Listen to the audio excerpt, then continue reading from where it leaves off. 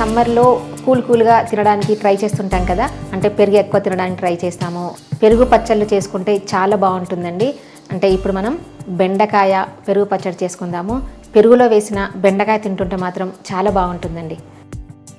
Hello friends, welcome to Hyderabad రుచులు. నేను మీ ఇందిర. మీరు ఎప్పుడైనా బెండకాయ పెరుగు పచ్చడి ట్రై చేశారా? ట్రై చేసుంటే చేశామని, చేయలేదంటే చేయలేదని కామెంట్ సెక్షన్లో కామెంట్ పెట్టండి. అంతకన్నా ముందుగా నా వీడియోని లైక్ చేసి షేర్ చేయడం అస్సలు మర్చిపోవద్దు. ఇప్పుడు బెండకాయ పెరుగు పచ్చడి ఎలా చేయాలో చూద్దాం. నేను ఇక్కడ దాదాపుగా 150 గ్రామ్స్ బెండకాయలు తీసుకున్నాను. లేతవైతే బాగుంటుంది. వీటిని చిన్న చిన్న ముక్కలుగా కట్ చేసుకోవాలి. మనకు కావాల్సినట్టు కట్ చేసుకోవచ్చు, కొంచెం పెద్దగా చిన్నగా ఎట్లా అయినా పర్లేదు. ఇప్పుడు వీటిని ఫ్రై చేసుకుందాము. ప్యాన్లో 1 టీ స్పూన్ ఆయిల్ వేసుకోవాలి. దాంట్లో మనం కట్ చేసుకున్న బెండకాయలు వేసుకొని ఫ్రై చేసుకోవాలి.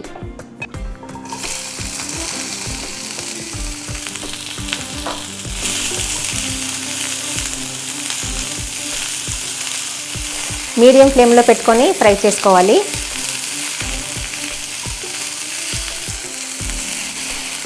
సాల్ట్ వేసుకోవద్దు ఇప్పుడే.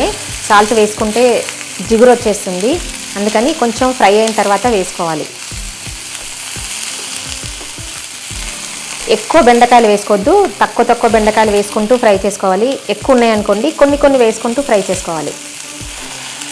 ఇదిగోండి, బెండకాయలు కొంచెం వేగాయి కదా, కొంచెం బ్రౌన్ కలర్ కనిపిస్తున్నాయి.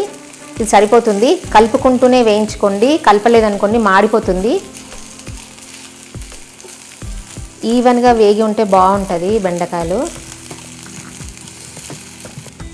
కొంచెం సాల్ట్ వేసుకుందాము.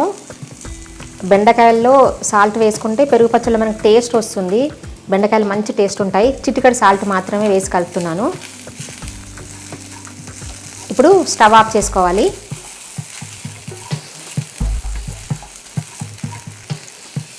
నేను 1 కప్పు పెరుగు తీసుకున్నాను. దాన్ని బాగా బీట్ చేసుకోవాలి. పెరుగు క్రీమీగా ఉండాలన్నమాట. ఫ్రెష్ పెరుగు తీసుకోవాలి. మంచి పెరుగు తీసుకుంటే పెరుగు పచ్చడి మంచి టేస్ట్ ఉంటుంది. ఇప్పుడు దీంట్లో మన టేస్ట్ తగినంత సాల్ట్ వేసుకోవాలి. చిటికెడు పసుపు వేసుకోవాలి. బాగా కలుపుకోవాలి.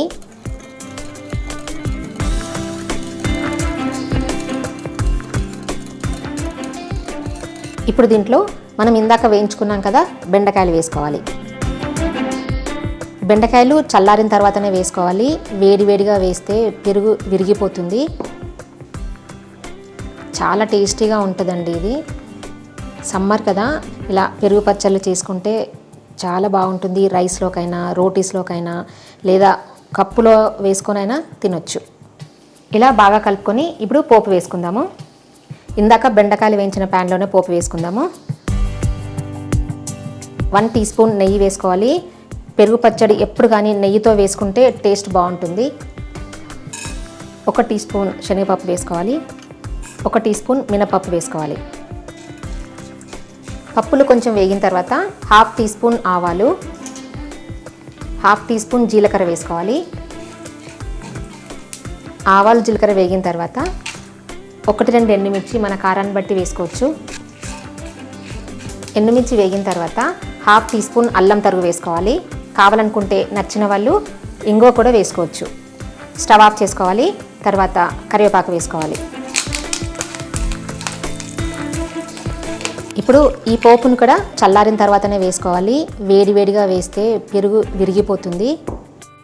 అంతే, ఎమ్మిగా బెండకాయ పెరుగు పచ్చడి రెడీ అయిపోయింది. చాలా బాగుంటుందండి. బెండకాయలు మాత్రం సూపర్ ఉంటాయి మన పెరుగు పచ్చళ్ళలో. తప్పకుండా ట్రై చేయండి. కావాలనుకుంటే కొత్తిమీర కూడా వేసుకోవచ్చు. అంతే, చూశారు కదా, ఎమ్మిగా బెండకాయ పెరుగు పచ్చడి రెడీ అయిపోయింది.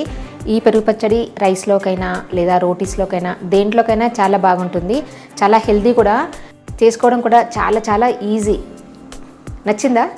ఈ వీడియో నచ్చినట్టయితే కింద లైక్ బటన్ కనిపిస్తుంది కదా, ప్రెస్ చేసి ఫ్రెండ్స్ అందరికీ షేర్ చేయండి. సజెషన్స్ ఏమైనా చెప్పాలనుకుంటే కామెంట్ సెక్షన్లో కామెంట్ పెట్టండి. నా ఛానల్ ఎవరైనా సబ్స్క్రైబ్ చేయని వాళ్ళు ఉంటే తప్పకుండా సబ్స్క్రైబ్ చేయండి. కొత్త వీడియో నోటిఫికేషన్స్ కోసం పక్కనున్న బెల్ బటన్ని క్లిక్ చేయడం అస్సలు మర్చిపోవద్దు. Thank you for watching.